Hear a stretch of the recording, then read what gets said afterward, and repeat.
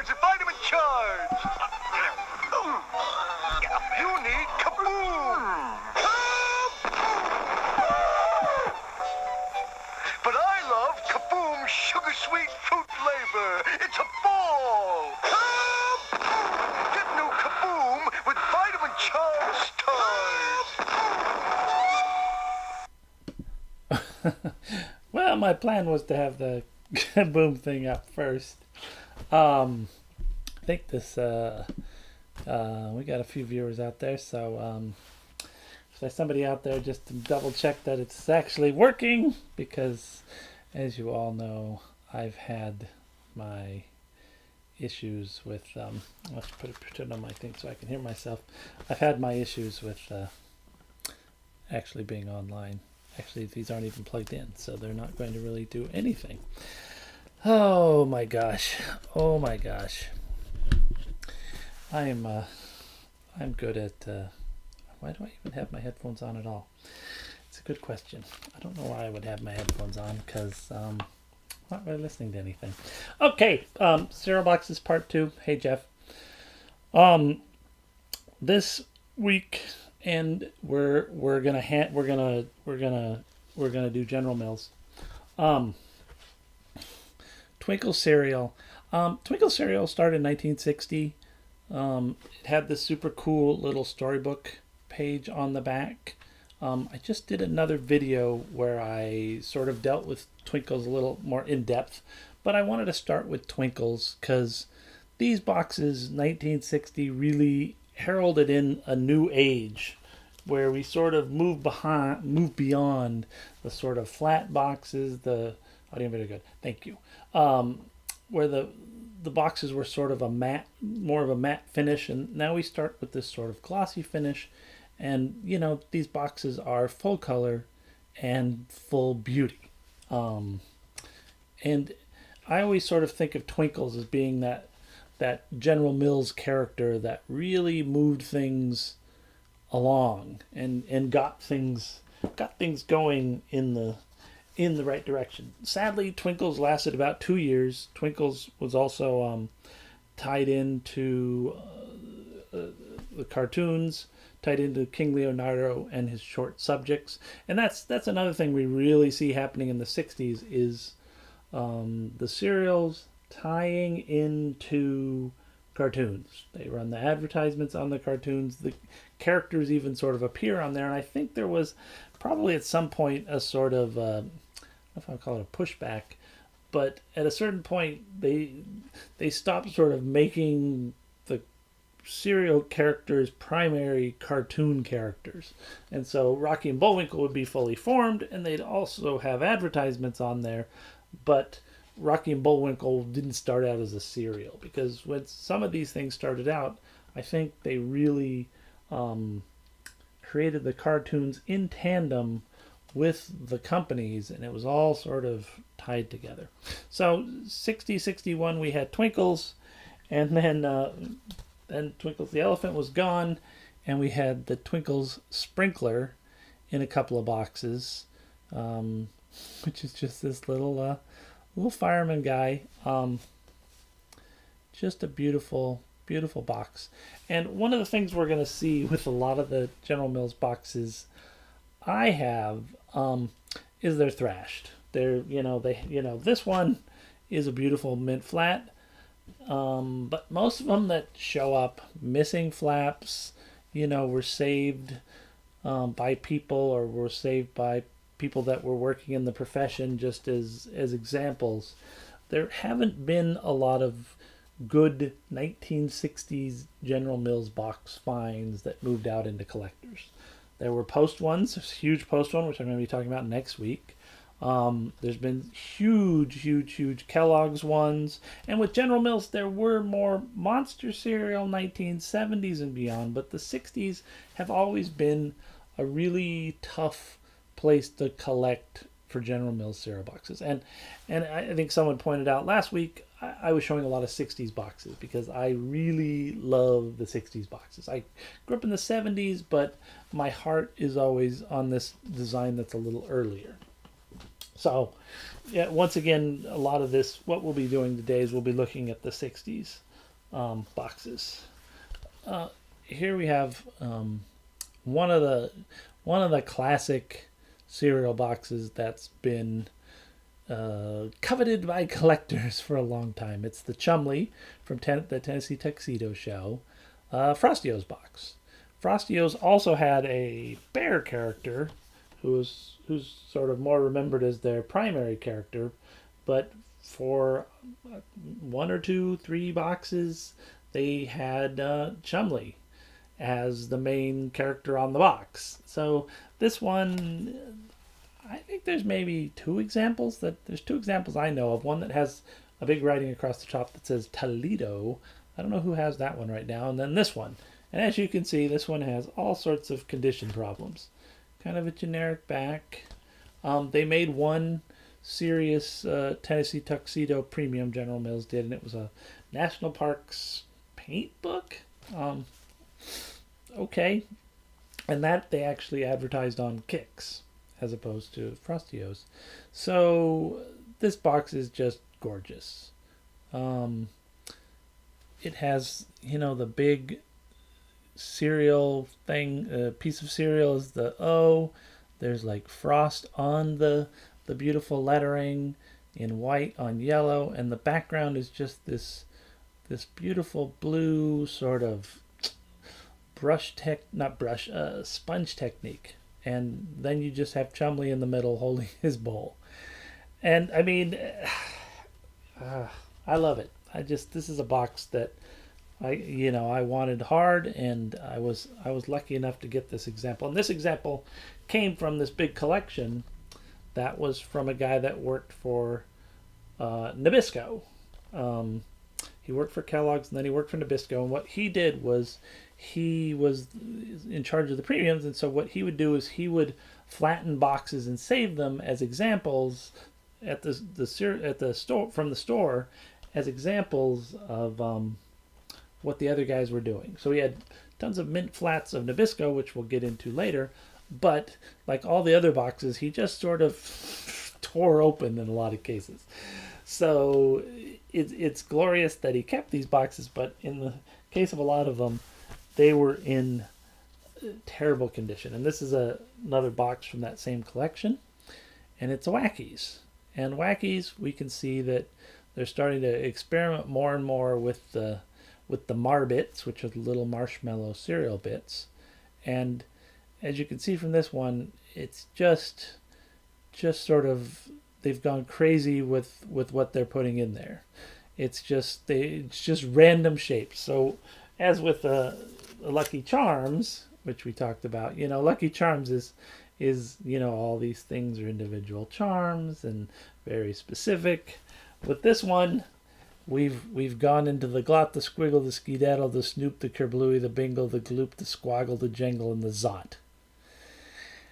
Because they had the ability to spit these out, maybe not in any form, but they all sort of had to be these sort of self-contained forms. They had to be a certain, probably they all weighed about the same, and they could only, there's only so many things you can do, and certainly with alphabets, I think they got through the whole alphabet, but with Lucky Charms, but with this one, they just went all out. And once again, incredible box, really weird flavor. It's oat cereal with banana flavored bits. No one is surprised that this did not survive very long. I don't know if there's any banana cereal that had a really long life. And it was this kid and this monkey. And I just watched the commercial a few minutes ago, and it's just the kid and the monkey. And I really don't think I've seen, we've got the big new sign on there. I don't think I've seen another. I don't know if I've ever even seen another Wackies box. Maybe there's another one out there. I don't know. But they might not have even ever gotten to the point of doing any premiums. Doing so many variations that they did premiums. Now we're gonna just run through the Trix rabbit. And as you will see, once again, my Trix boxes are all, for the most part, completely thrashed. This, I'm pretty sure, is the first Trix rabbit box. No animated Trix. They just have a stuffed version of a bunny on here, which is interesting because we have like your classic Trix rabbit toy, which is pretty much what you were seeing on screen. So I'm not entirely sure what the whole deal with that was. And as you can see with this box, I've got just the front panel, the back panel, and the side panel. But this, of course, is a pretty significant box. You know, super early Trix. I think a few of these have turned up through the years. And, you know, Trix had already existed before that, going back to the 50s, but this was sort of, you know, probably 1959, 1960 update where they really tried to take Trix, you know, from just being another sort of generic cereal, but to giving it a really good character tie-in. And they tried in the 50s. They had Magic Bunny and this space creature. Oh, where is he? We'll get to him. Yeah, they had this guy, Moonbird. And they had these weird characters in the 50s where there was one called Magic Bunny for Trix and then Moonbird for Jets. But those characters just didn't have a real cartoon presence. And that was the thing with Trix, is immediately they had the Trix Rabbit commercials going on and really establishing that character. I'm pretty sure this is the second Trix Rabbit box, and in this one, instead of having a nice animated image of him, we have this clay bunny, which I love. It's just these two boxes together. It's just weirdness incarnate. What am I doing? Let me grab him right over the center. You know, I mean, I think probably they were trying to, go into that whole sort of Trix is toys. I don't know. And this weird kid painting on the side, this creepy little girl reaching, and super cool atomic submarine with 5 Polaris missiles, which is a premium that shows up and is a fun one. But, that's where it's at. That's where it's at. Then this next one we get to, the Trix Rabbit that we know and love. And they had him fool around on the front of these boxes, roller skating, doing things. And this one's a little closer to what you would have seen on the commercials. And you could see, here's the stuffed bunny one. And we got some Jets and some Frostio's bears doing there, and the Cocoa Puffs kids. And we still have a Twinkles. So there's still a Twinkles there. Actually, let me look at this up here. This is the coupon expires 65, so that puts this one at 61. So this is where we're at in 61 with Trix. Twinkles is still hanging on in 61, or maybe they were using the 61. As you see with this one, I barely have any of this box, but it's this beautiful Detective Trix with the glow stickers in the box. And that I wouldn't be surprised. I'm not the what shall we say? I don't have the greatest knowledge of all the commercials that they made, but I wouldn't be surprised if this Trix Investigator Rabbit was probably one of the commercials that they ran at some point back then. And then we get to this, which is really what I think of as the classic Trix look. It's just this sort of amorphous head that sort of springs out of the cereal.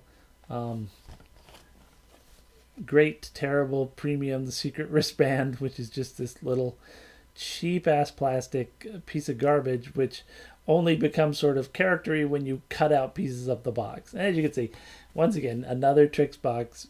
I think this one was from that same collection I was talking about, where the guy just, on a lot of these boxes, just savaged them. Saved them, but savaged them. And with this kind of material, as a collector, I take whatever I can get. The great news about it is, it's really clean. It's not dirty. It's not from a gross house that had mice and rain. It's just a really, there's Bob Richards Wheaties. That's another whole. There are people out there that just collect old Wheaties boxes, and I don't have any Wheaties boxes because I never cared.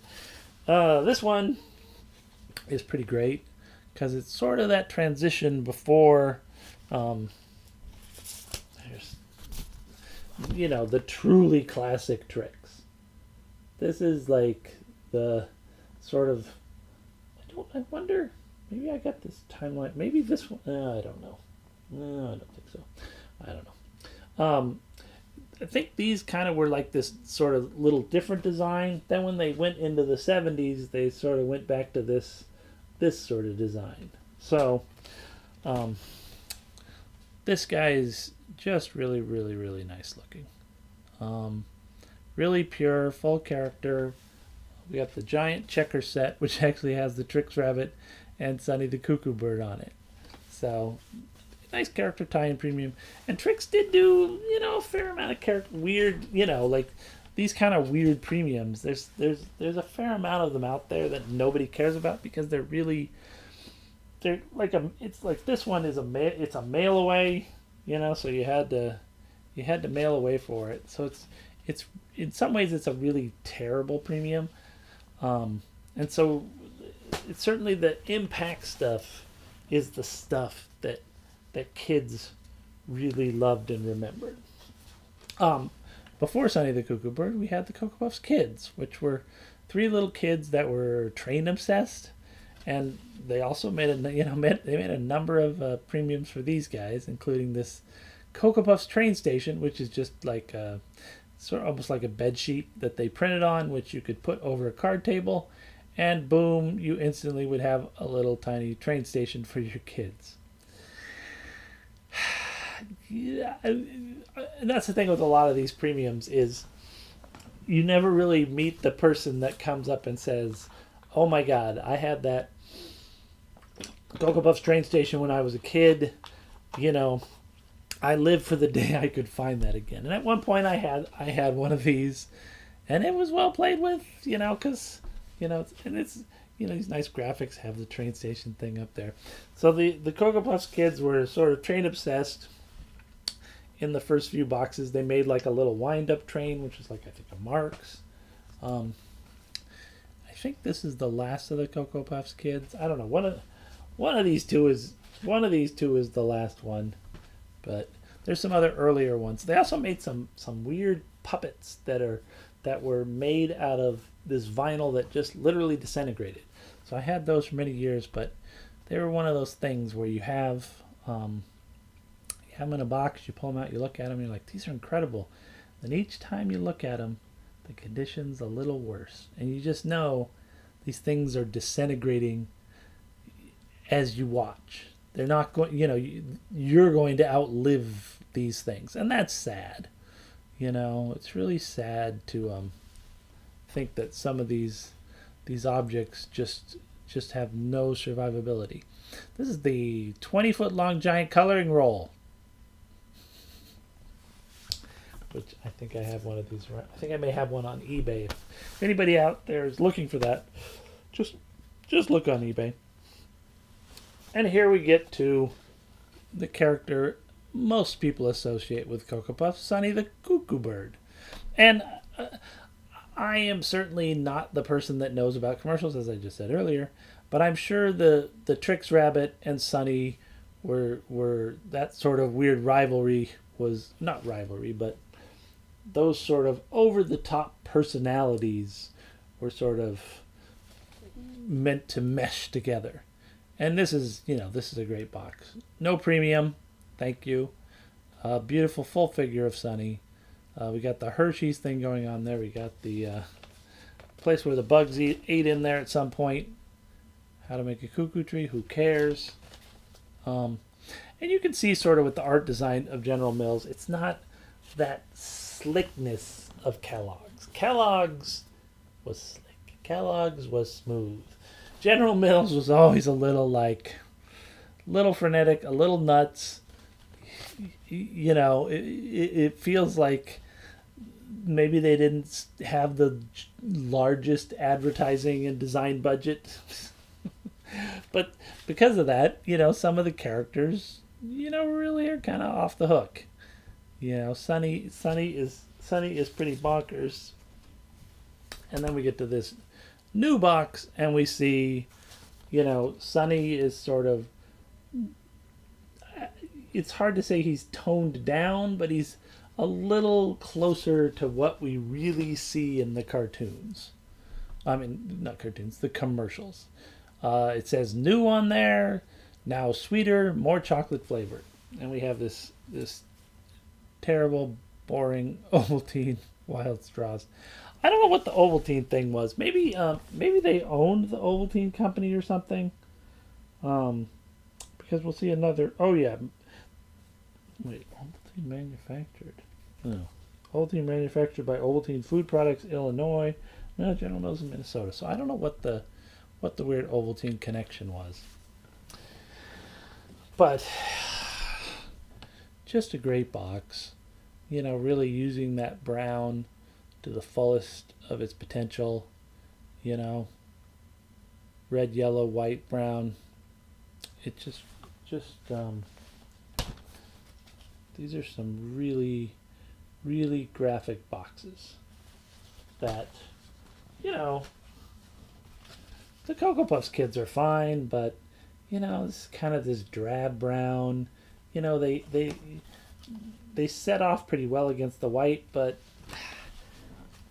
I think that's the thing is to find like a really good character, a good cereal character that made it through the 60s into the 70s and now, they had to have a bit, Crazy for Cocoa Puffs. Boom. The Trix rabbit. Hey Trix, the rabbit food. That's what it. I don't see. I can't even say it. Tricks aren't for kids, or tricks are for kids. Silly rabbit. Tricks are for kids. If we work hard, we're gonna get there. And that in a kid's mind, that sits there. What do the Cocoa Puff kids have? We like train stations. That's what I remember about them. Not that I've seen any of their commercials. Corn Kicks, a cereal I never ate, and a cereal that has neat back. But there was this nice little series of Corn Kicks boxes, probably in like 1959, 1960, I would say. Let's look on the back here. There's no Twinkles, but there's Jets. So, yeah, I would guess 19, maybe 61 or 60. Actually, we got one of these things up here. Let's look at the number. 65. So this is 1961. So in this one we have this nice little farmer kid. This one we have this nice little cow with milk. And then in this one we have this nice little kid with milk. And these kind of boxes are, and what's on the back is weird nutrition thing and 6 semi-precious stones set in gold washed discs. I wonder who they were trying to sell that to. MOM. And I mean, at a certain point with the sugar cereals, I don't know. I think they sort of give up on the moms of the world coming to buy them. That was, yeah. But I mean, I still kind of love this bag. Amethyst from Mexico, Goldstone from Italy. But it's kind of neat to have all three of these different boxes. And you can just imagine them, pitching these guys in the design / sales meeting saying, "Oh my God, look at all these different variations." So we're going to jump back to Jets, which I spoiled this guy earlier. General Mills Jets. Jets came out in about 53, I would say. This is like sort of more like the second iteration. The first iteration had these two little flying kids. Then we had the rocket ship, and then the Moonbird. I think this is the only one I've ever seen with the Moonbird on the front. But this one's there's Magic Rabbit on the side. We talked about him. Oh yes, and then there's Kix had Eager Beaver. So there you go. Make sure to see my other Cereal Land friends, Eager Beaver and Magic Rabbit. Oh, and we have in commercials on Captain Kangaroo. Ooh, great. Wait, what is it else does it say? Something about Lone Ranger. And on the Lone Ranger. So, So General Mills, which had been doing the Lone Ranger, still doing the Lone Ranger. But as I was saying, we got Moonbird on the back, we got him on the front. They did a bunch of cutouts with Jason. You weren't supposed to be here today. Jason said he wasn't coming, but he still showed up. Just in time for bubblegum. I don't know what I was saying. Oh, they did a lot of cutouts, and sometimes you'll find, at one point I found a little stack with all sorts of Eager Beaver weird cutouts and things. I have some of those somewhere.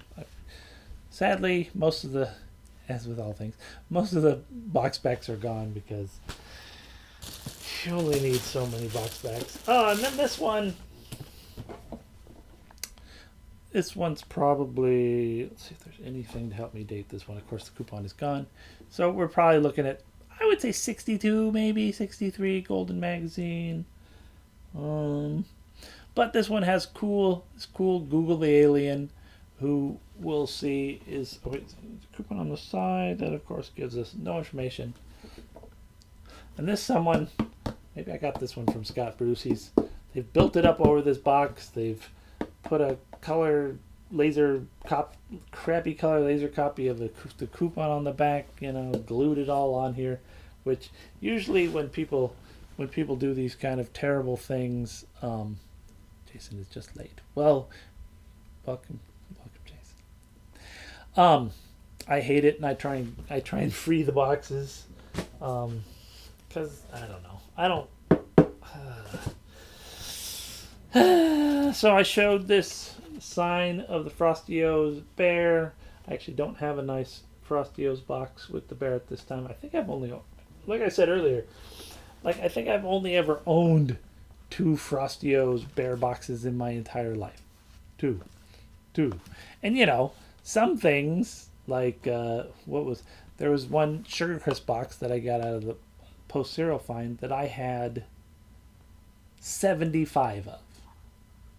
So, so those got out there in the world. 75 is enough to sort of spread out over the world and make a lot of people happy. But when people like me, who's dealt in a lot of this stuff, not to brag or anything, but I've touched a lot of material, and I've seen a lot of material. It's like I've had 2, and yeah, 2.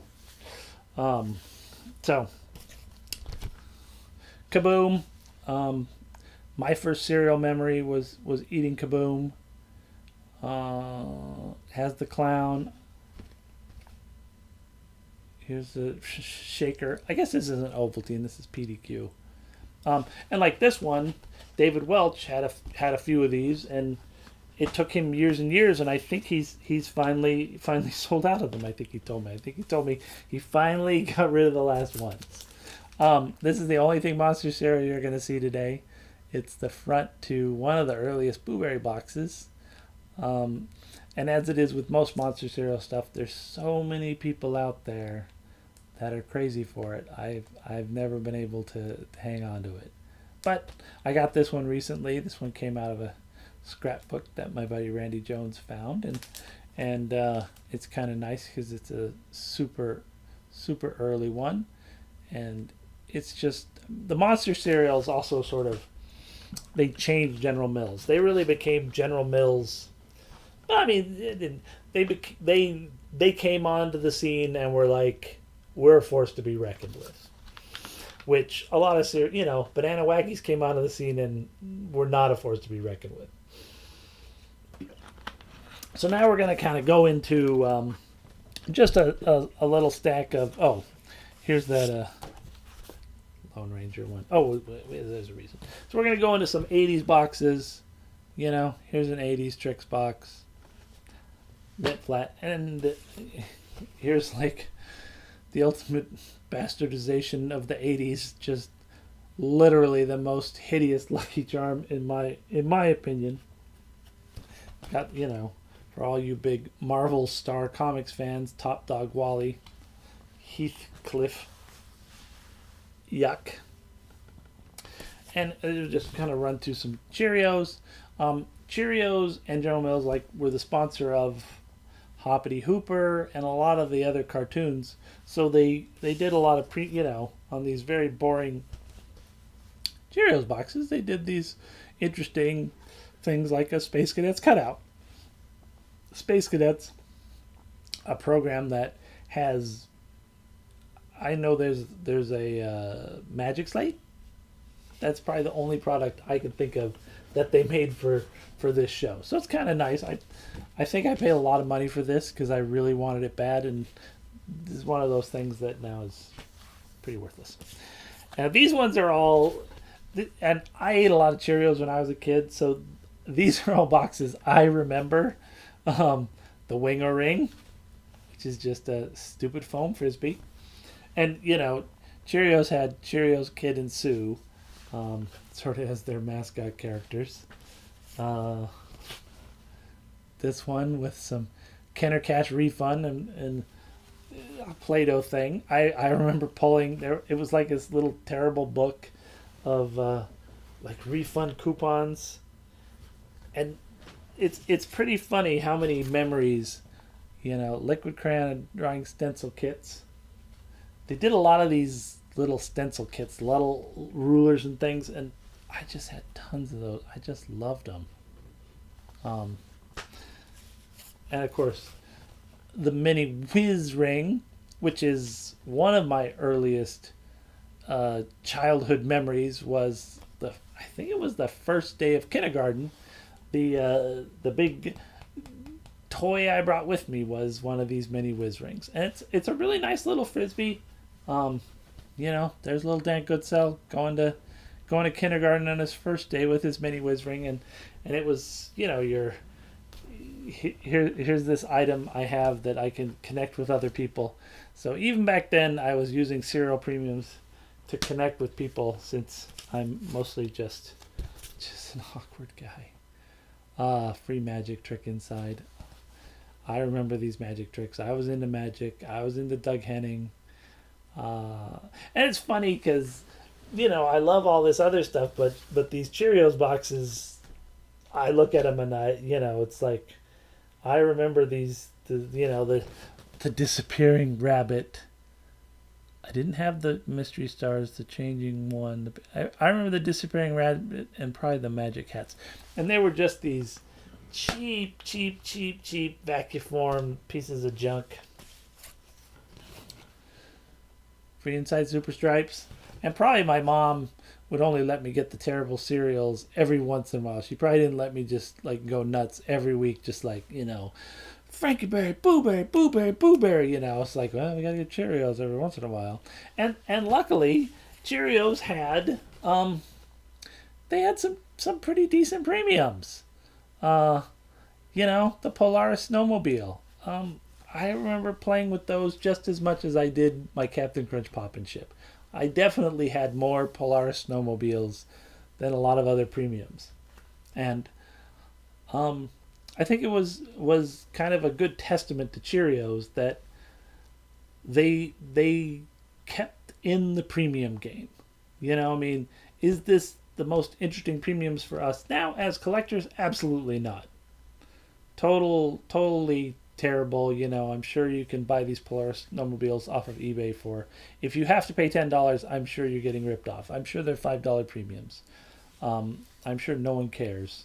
You know, there's not a big contingency of snowmobile guys out there saying, you know, we demand our snowmobiles. But, you know, it's great premium.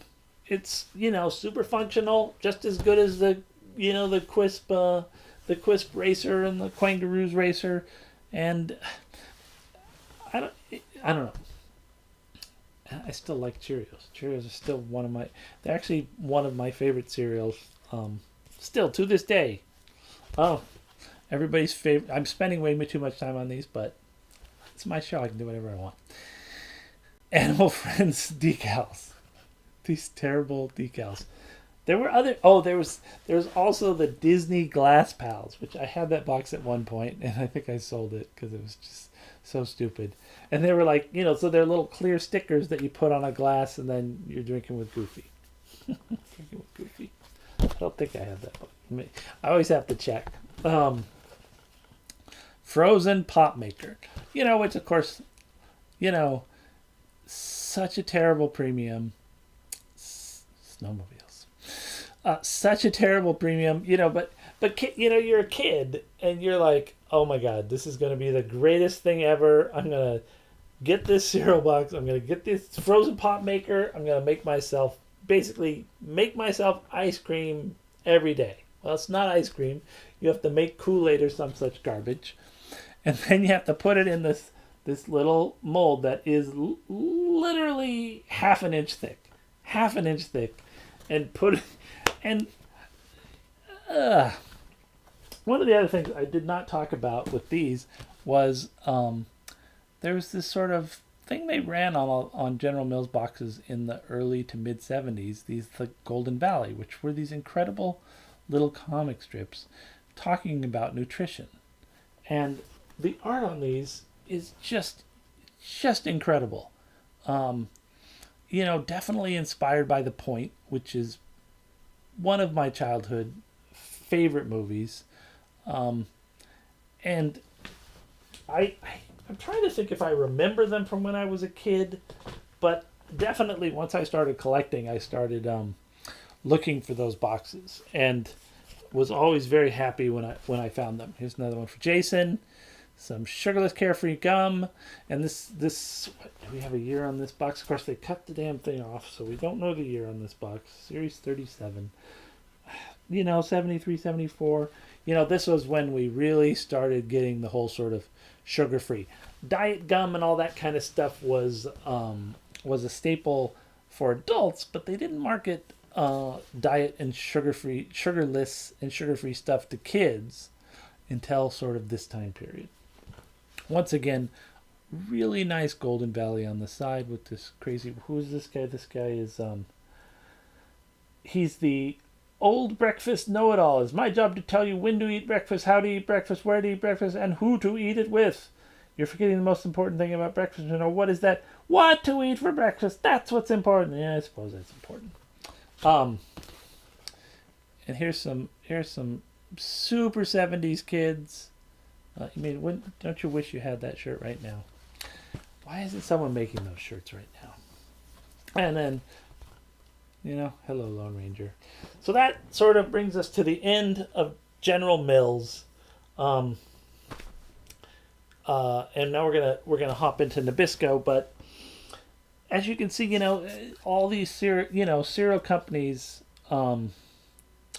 There's all these sort of different levels of adults, kids, the mix of the two, who you're trying to entice, how you're trying to entice them. And, firmly by the 70s, they were trying to entice the kids. They'd given up on the parents, unless you're selling them, wheat checks.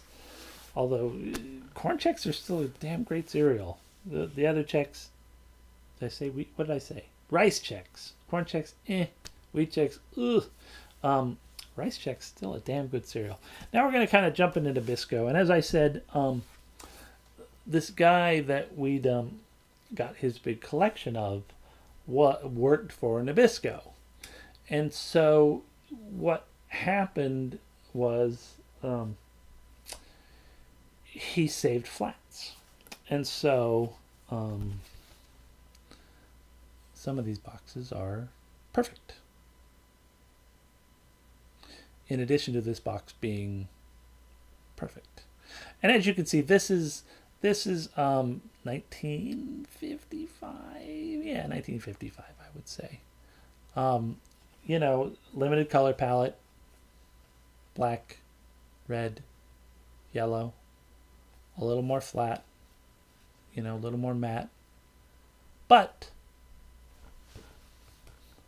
one of the most significant cereal premiums of all time. Really, the Spoonman is the premium that led to all other plastic premiums, I think. Probably the most important plastic premium of all time. Very collectible premium. Gorgeously designed. Wally Walworth. They're interesting, they're a super... 1958. Thank you, Jim. They're super... They're specifically tied into great, well-designed characters, and then they have a great design. They actually do something. They sit on your spoon while you're eating.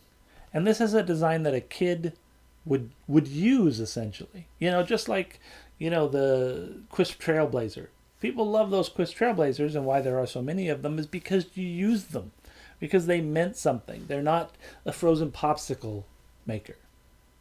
And they're characters, and they tie directly back to the cereal, and they tie directly to the story of the cereal.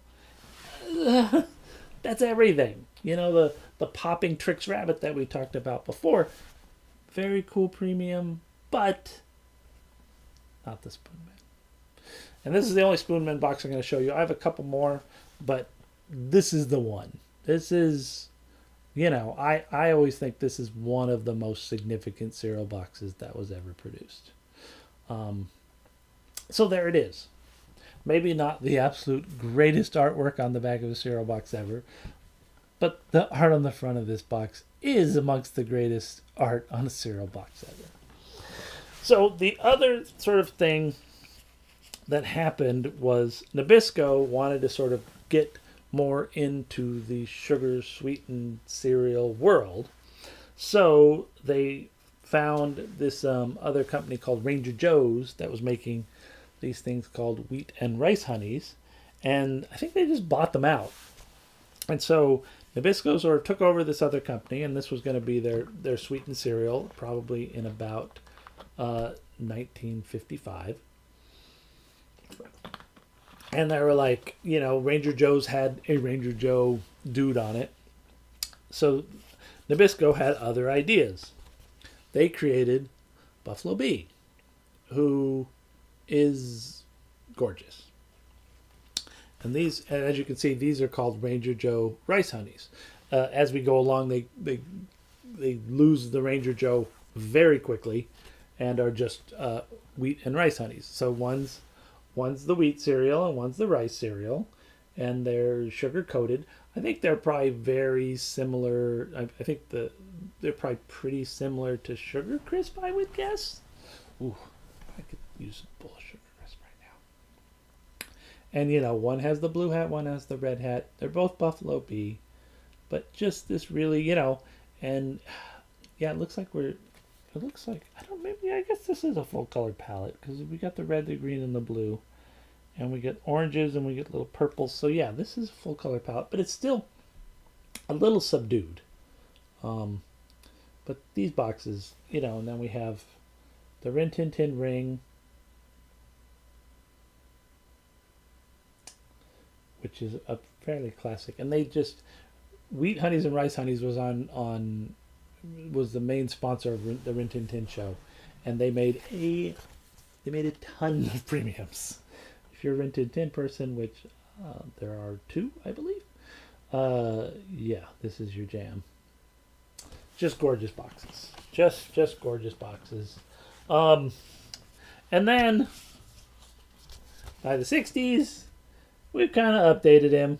I'm a little off center. Blah, blah, blah, blah, blah, blah, blah, blah, blah. I don't know.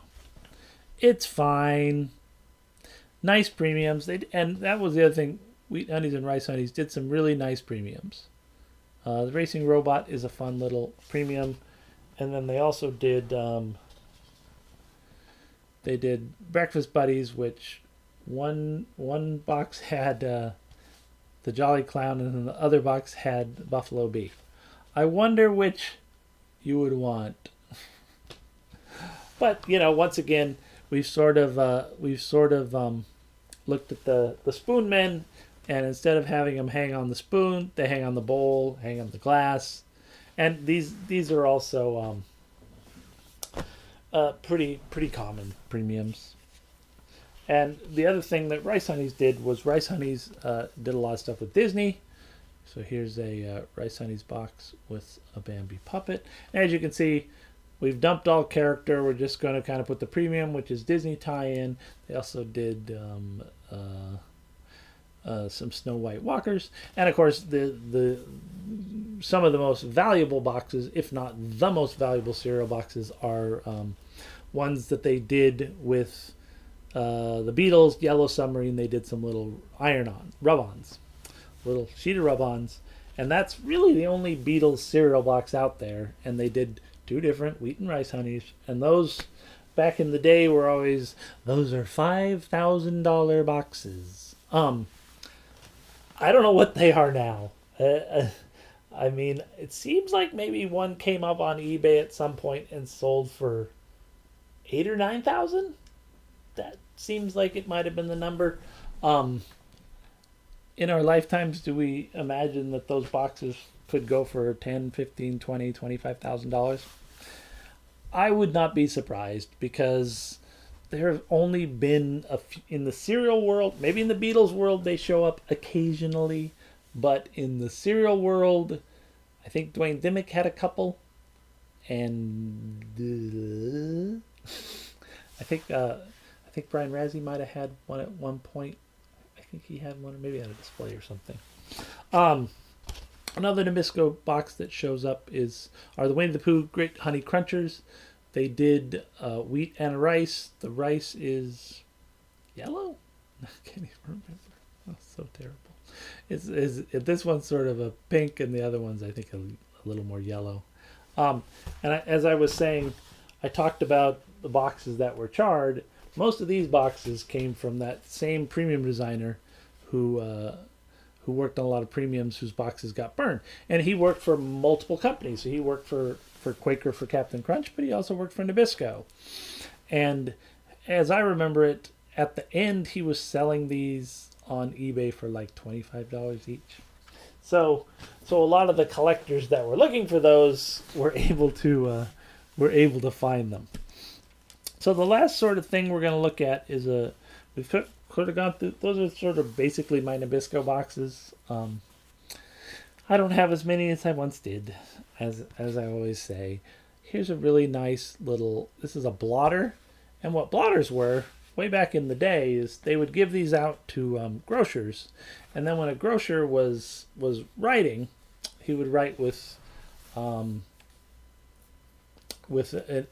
ink pen or something, right?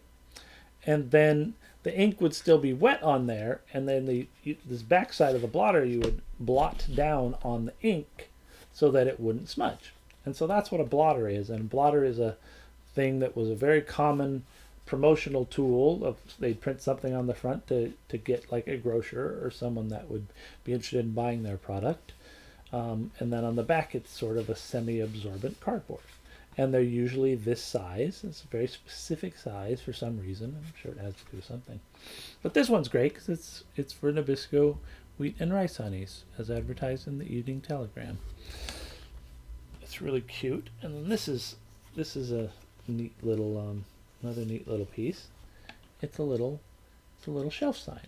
So this would have been, the boxes would have been stacked up on the shelf, and then you would slip this right in under the boxes, and it would hang over the shelf. And it would be for whatever the latest premium was. In this case, it was the Buzzing Buffalo Bee, which came in wheat and rice honeys. Oh, it was a cutout.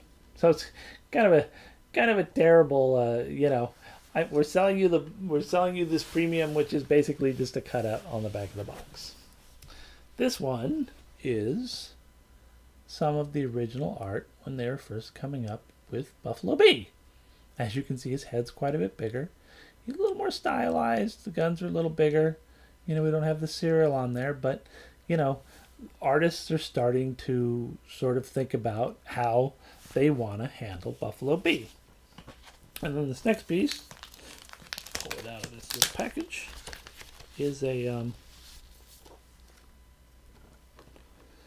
like a little cell. So they've taken their Buffalo Bee art, and they've cut it out and glued it onto this piece of acetate. And then also they've gone in like with a acrylic or a gouache and painted that lettering painstakingly, beautifully. This was back when these artists were just stunningly skilled. And you can really see that, whereas this one, we're not quite sure where we're going. This one's much closer to where we end up. So those are super fun. And then this next one is really, really fun too. I like this one. This is a pencil mock-up for an ad. And as you can see, we've changed the Buffalo Bee image. But, we've kept a lot of the same sort of things going on there. You can just see the gorgeousness of these. Is it a little bit of ink wash in there too? It looks like there's a little ink wash in there too. So a little gray ink wash, It's always neat when you see these things because they lay in where the type is going to be and how it's going to kind of look. He's done each of those little cereals, but man, look at that Buffalo Bee. That face, that is just one step off of the finished artwork. And this one is a big two-parter. I have this ad somewhere, and it's in terrible shape, but what are you gonna do? And they would do them on this vellum, and then these were glued down somewhere, and then they're sort of coming off, falling apart. And then, like, the very last piece we're gonna do is one of my favorites. This is the ad, or this is the mock-up art for Sunday Comics. This is the original mock-up art for a Sunday Comics ad. So it would have been full color. So the Barrels of Fun, which was this loosely tied into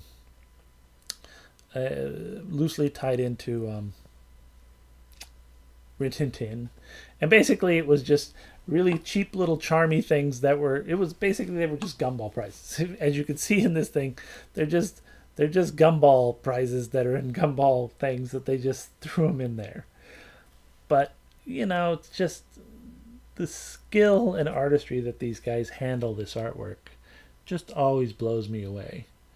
It's just playful and fun, and it's that one sort of added level of looseness that I love seeing in art. So we made it through Nabisco and General Mills. Went through a big pile today. With the Kellogg's, I was a little more leisurely. We sort of motored through a lot more stuff today. There's other Spoonman boxes. That Super Thrash one with the Spoonman telescope, which of course is just a generic plastic telescope. And this one's kind of cool too, because they did a Buffalo Bee T-shirt, and so this is the screen print design, just printed on a piece of paper, so that you could really see what it was going to look like. So, just a couple more little bonuses. Thanks for being here, everybody. Next week is going to be what? Cereal Part 3, where we go into post-cereal. And as with this Nabisco stuff and a bunch of the General Mills stuff, it came from that collection that was from that guy that worked for Nabisco and saved a bunch of other stuff. Well, this next pile is stuff that Scott Bruce, who's the guy that wrote the book, got from the guys that did posts art. So I think I shared one piece of post art. So next week we're going to share a lot of pieces of post art and a lot of pieces of post and a lot of post boxes. So it's going to be a good one. And then there might be a fourth cereal, or maybe I'll just do a cereal wrap up, or maybe I'll just do a wrap up show with a lot of the other, because there's still, I didn't get to all the Kellogg stuff, and I didn't, there's always more stuff that I'm like, I didn't get to this stuff. So maybe we'll just do cereal part 4, cereal wrap up, where I try and tie a bow on all these cereal threads. Thanks for being here. If you're watching on YouTube, thumbs up is appreciated. Subscriptions are appreciated. Everything is appreciated. And check out my other videos, because there's a lot more of me talking. Thanks everybody in chat. We'll see y'all next week after I press all these buttons to say I'm really stopping.